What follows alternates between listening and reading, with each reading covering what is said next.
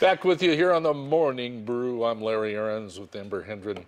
Our guest at the table now is Dusty Harvey. Dusty with the Harvey & Foote Law Firm here in Albuquerque. Welcome. Thank you very much. Good to have you. You Nice wore to the be right here. color, by the way. Yes. Yes. I think she's ready to replace me. See? She could so easily. Anyway. You want to co-host a TV talk show? Exactly, in my And then spare do- time. in Because your you have so spare much time. free time, don't you?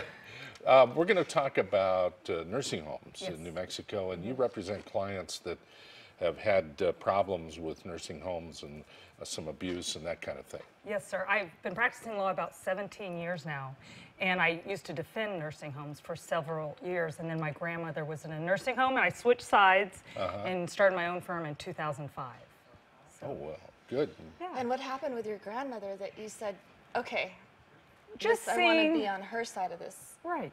Just being in-house counsel, the luxurious job, seeing how the CNAs are treated. Those are the people that do 95% of the direct hands-on care. Right. And then seeing it firsthand with my grandmother and how overworked and understaffed they are.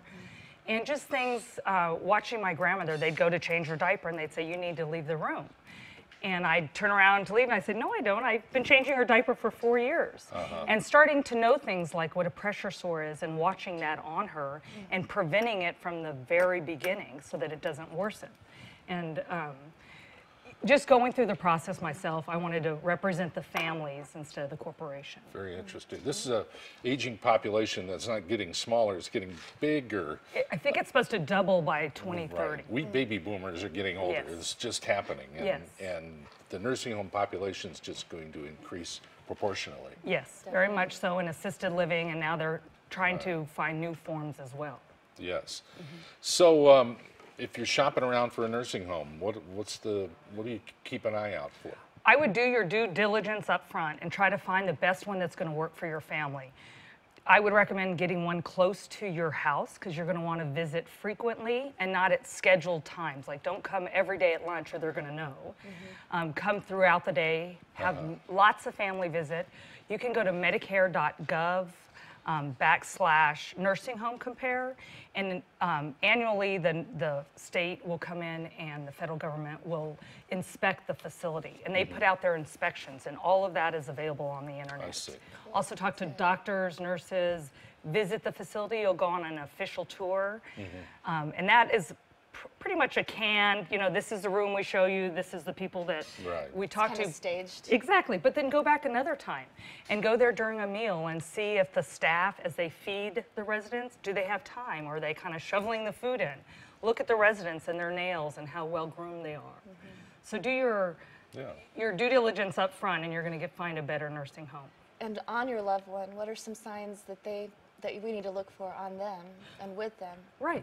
You're going to want to watch for malnutrition, dehydration. A lot of times when we get older, we don't have our taste buds. We're not that interested in eating or drinking. And so that really needs to be offered frequently to the resident. Look for pressure sores. I know families have different comfort levels of looking at their loved ones as their incontinence brief gets changed. But watch, a pressure sore is kind of like when you have a baby and you see diaper rash, and it starts off just as a little red. It can get to an open blister, and if you don't follow it and track it up front, it can get ginormous, where I've seen them where a basketball could fit into them, all the way down to the bone, and that is really ripe for an infection because a lot of times urine and feces can get in there. Another thing is falls. Make sure that your loved one, the fall preventions are being taken care of, like if they need a lower bed, a mat on the floor, things like that, a bed alarm. And those things can help prevent injuries. Gosh, I think I just want to bring you with me. Well, Has that people ever can call me. happened? You know, I am more than happy to talk with people that have someone in a nursing home currently, and how to prevent any harm happening to that person. Because having been through it with my grandmother, it's nice to have somebody know the system. Define nursing home, because there's so many euphemisms now for living at an older age. There's independent living, there's assisted living, there's a full care facility. How do you know what you're looking at? And you've got it right. There are homes, there are where there are about maybe 10 people that might live there, 2 or 3 people. Then it's assisted living, someone that doesn't need round-the-clock skilled nursing facility. And then there's a nursing home that has skilled nursing facility. And usually there's different levels of care provided in that nursing home. Very good. So ask questions, look around.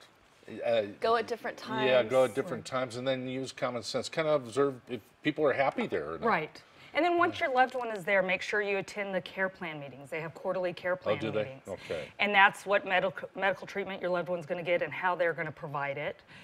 Get to know the CNAs, their names. Get to know the other residents and their family members, and then you can kind of all watch it. So Dusty, let's say we do see something with my grandmother. What do we do? I would immediately talk to the person who's providing the care. That might be the CNA, the charge nurse. Talk to them in a friendly, non-confrontational manner. Hopefully it gets resolved. If not, go up the chain. Talk to the director of nursing, the administrator. Every facility, if that doesn't do it, every facility has a grievance plan. Follow that grievance plan, put it in writing, keep the writing yourself, and hopefully that, if not, we also have the long-term aging department has an ombudsman program, and that's somebody who will come in and kind of mediate the situation between the family and the current resident, and they can provide good care as well. And you can report it to the state. And Should they can you investigate. withdraw them from that home? You know, when do you know? Right. It's a hard call. Hopefully they're going to correct the issue and deal with it. That's the goal, because transferring a resident to another nursing home can be hard on the resident. Sure. And it's not necessarily that you're going to a better nursing home. But you know, there are some things that you just say, that's enough, we're not going back. Do nursing homes have like a rating system? They do. And that Nursing Home Compare on the Medicare, Medicaid.gov website goes through that, and it rates them. It tells you if they're a for-profit or nonprofit corporation, if they're a national corporation or kind of a mom and pop, and it gives you all that information. And we have all of those kinds of facilities here, don't we? We do. We've got the big corporate guys, and we have the small homes that are run locally. Yes, that's correct. And it doesn't, just because they're local doesn't mean they're poorly run. Actually, many of them are very good. Absolutely. I would agree. Yeah. So that's a very interesting topic. What, you know, it seems to me that if you have questions about this, is a lawyer a good person to talk to about this? Yeah, you can talk to me about it. You can talk to the ombudsman department. Because you seem so knowledgeable, and you know, even you don't want any action taken. You just want to find out info. I'm happy to take your call. I don't charge for any of those kind of calls. I love to help people that have someone in a nursing home and get good care while they're there, and hopefully they'll never have a lawsuit. Because of your personal experience. Right, exactly. I'm very passionate about it. I bet you are. And the ombudsman department's a great source as well. And then getting to know other family members. And so when I go check on my loved one, at noon, if someone else can, you know, another family can come at 6 and really have a lot of visitors and participate in the plan of care. And I always tell families, bring in donuts and pizzas to the CNA, and they just get to know you a little bit better. And it's what a great idea. Yeah, they really appreciate it, and I think maybe that will get your loved one a little more care. Exactly, because they probably just hear the loved one when they're complaining. Exactly. Versus buttering them up and showing your appreciation, and everybody likes a little pizza or just a little something to remind them that. And those are hard jobs, those CNAs. Yeah, they are. CNA means what? A certified nursing assistant. I see. Okay. And they're lower on the pay scale and hard working. Yes. A lot of times they're understaffed and they're changing people's diapers, answering the call light, helping feeding in them. And it's probably a pretty thankless job. So as much as we can do to appreciate them is good. Wow, that's great advice. I'd never even thought of that. I hadn't either. Very, very good. So inconsiderate, aren't we? I'm just going in there looking for signs of abuse, and my grandmother, she doesn't like anybody except for our family, and then, you know, so she's always complaining about, you know, the care, but then I really want to make sure that the care is good, and it's not just her, you know, complaining Right.